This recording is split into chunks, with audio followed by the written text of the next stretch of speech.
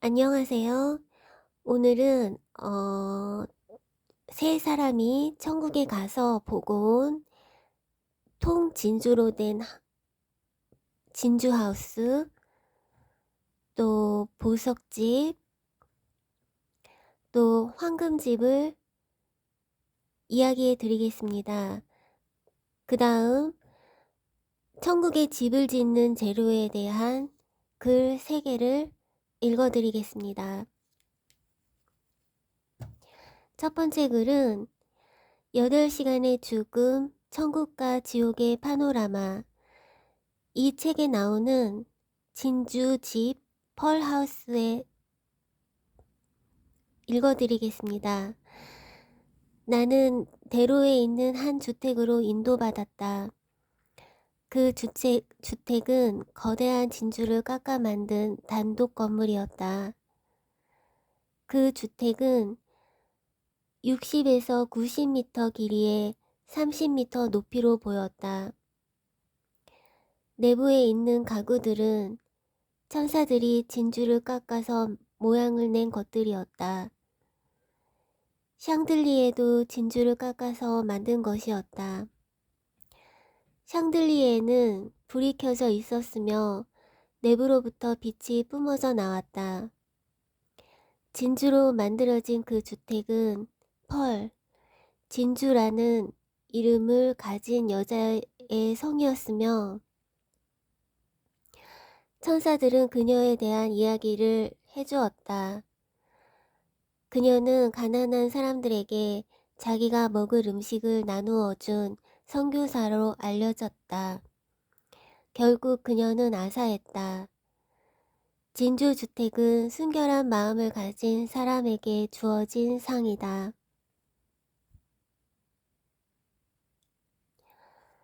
다음 글은 깡통을 차고 빌어먹어도 지옥만은 가지 마라.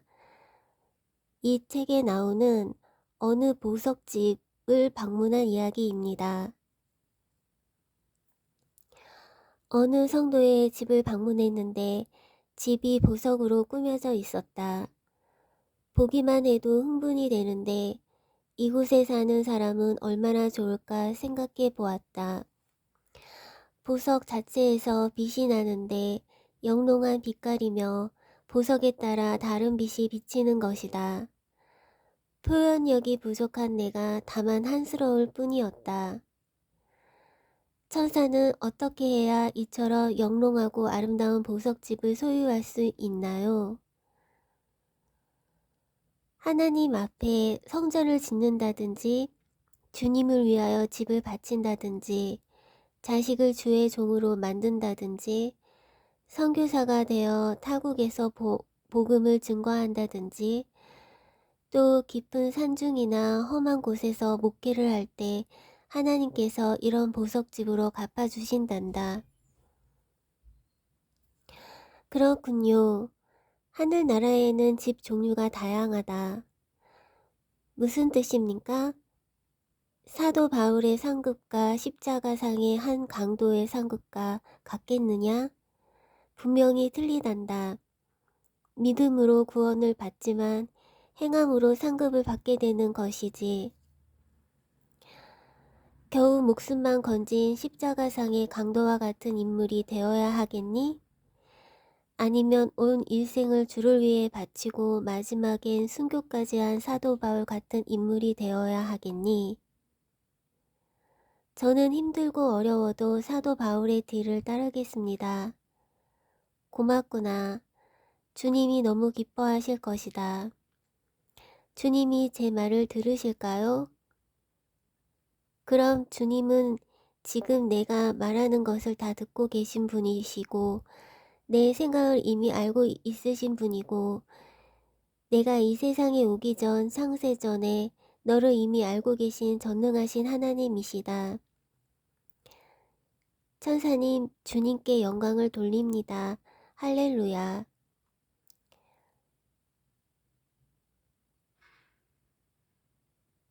다음 글은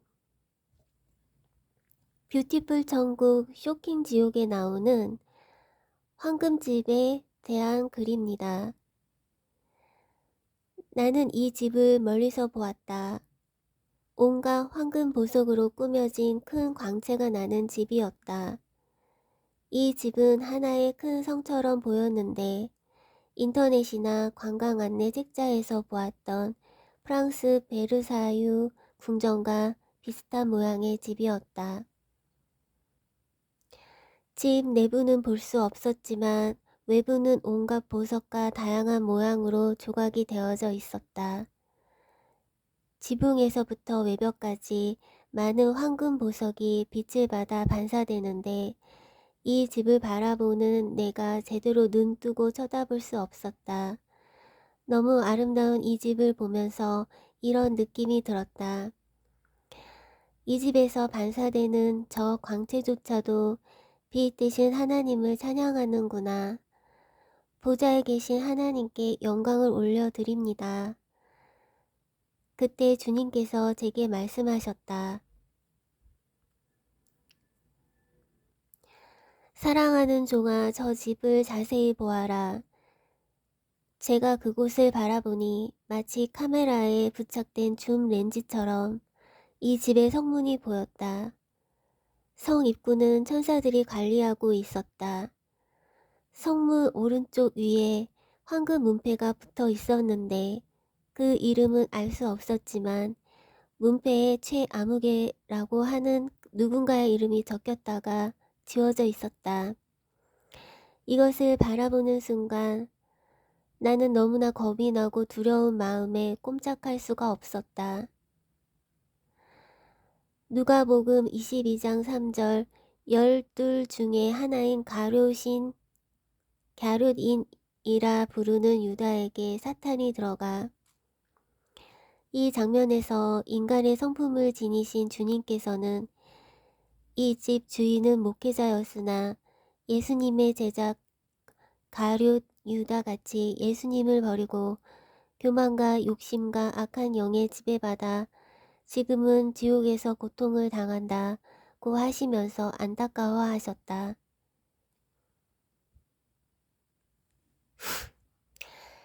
집 짓는 재료 고 박용규 목사. 나의 천국 여행이 다 끝나갈 즈음에 천국 신개발 지역에서 천사의 외치는 고함 소리를 들었다.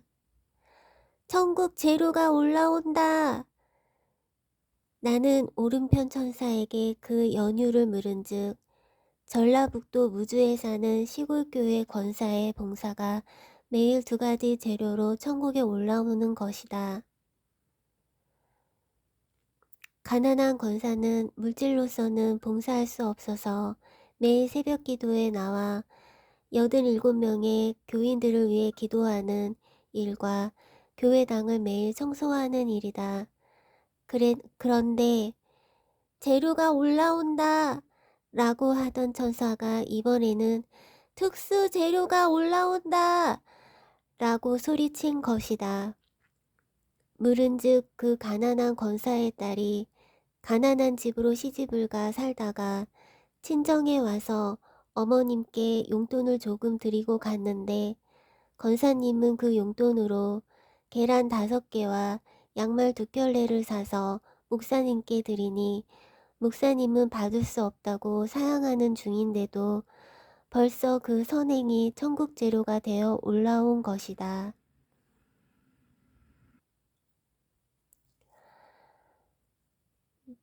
뷰티풀 천국 쇼킹 지옥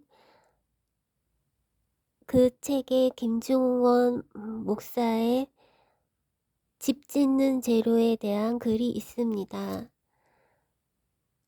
천국의 어느 집을 보는데 주께서는 이 땅에 사는 성도들의 믿음의 행위가 하늘에 올라가면 그것이 행위책에 다 기록되는데 행위책에 기록된 근거를 가지고 천사들이 천국 보석 창고에서 필요한 각종 보석 건축 자재를 갖고 천국 집을 짓는다는 생각을 하게 했다. 우리가 이 땅에서 행하는 믿음의 행위가 하늘나라에서는 전부 상급으로 주어지기 때문에 누구를 위해서 예수를 믿어주는 것처럼 교회 일을 해주는 것처럼 생각해서는 안 되며 각자 자신의 아름다운 천국집을 짓기 위해서 우리가 이 땅에서 믿음의 행위를 천사들을 통해 천국으로 계속 올려보내야 한다고 말씀하셨다. 집 짓는 재료, 손 에스더. 예수님은 하늘에 쌓아올린 보물로 천국의 집이 지어진다는 것을 알게 하셨는데, 그렇다면 하늘의 보물을 쌓아 올리기 위해서는 어떻게 해야 하나요? 라고 물어보았을 때 주님께서는 교회에서 눈물로 기도하고 계시는 어머니를 보여주셨습니다. 밤새 기도하고 있던 어머니 옆에는 예수님이 계셨습니다. 어머니께서 기도할 때 흐르는 눈물이 빛나는 보석으로 변하였고 옆에 있던 천사들이 그 보석을 천국으로 가져가 어머니의 천국 창고에 쌓아두셨습니다. 회개로 애통하는 눈물을 보석보다 더 소중히 여기시는 주님, 우리의 기도가 천국의 아름다운 상급으로 쌓여진다는 것을 알게 하셨습니다. 또 어느 성도님이 주님을 찬양하는 모습이 보였는데 진심으로 마음을 다해 주님을 찬양할 때 찬양의 고백들이 빛난 찬양의 보석으로 변하는 것이었습니다. 그분이 최선을 다해 손뼉을 치며 찬양할 때마다 반짝이는 보석이 천국에 쌓이는 것을 볼 수 있었습니다. 교회에서 걸레질하며 청소하는 성도님들의 손길과 음식을 준비하고 설거지하며 봉사하는 손길마다 상급이 하늘에 쌓이는 것도 보았습니다. 어느 시골 교회의 성도님이 성도들을 교회로 모시고 오는 차량 봉사를 기쁨으로 하였을 때 그 성도님의 천국의 집에 황금 자동차가 상급으로 주어지는 것도 보았습니다. 예수님, 집들이 왜 저렇게 다르나요?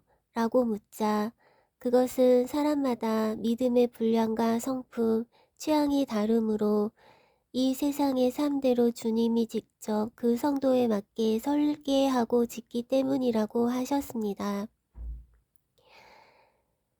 모든 집에는 각 사람의 이름이 적힌 황금 문패가 있어 그 집에서 예수님과 함께 살게 된다고 하였습니다.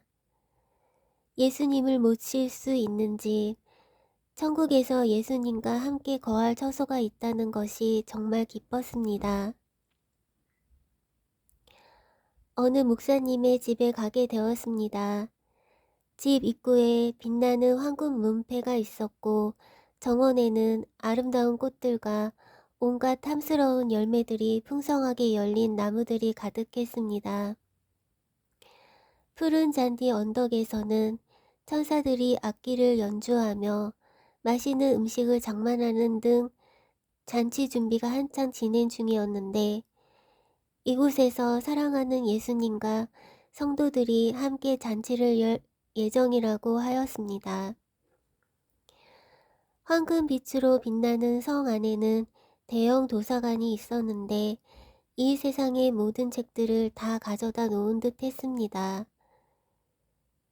천사들이 말하기를 그 목사님이 평소에 책을 너무 좋아하므로 주님께서 그 마음을 아시고 그 많은 책들을 준비해 놓으셨다는 것입니다.